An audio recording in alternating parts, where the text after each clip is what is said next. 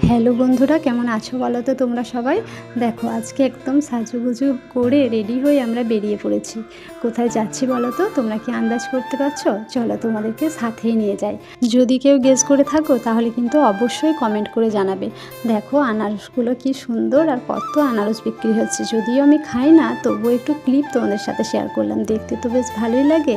আর চলে এসেছি তোমাদের সাথে নিয়ে আমাদের সেই প্রিয় জায়গাটিতে, কেকল্যান্ডে। কেন এসেছি বলো তো? আর বার্থডের জন্য কেক অর্ডার দিতে। কার বার্থডে সেটা কি আইডিয়া করতে পারছো? নিশ্চয়ই এই ক্লিপটা দেখে তোমরা আইডিয়া করেই ফেলেছো। হ্যাঁ, ঠিকই বুঝেছো, আমার এই ছোট্ট জারিপের বার্থডে।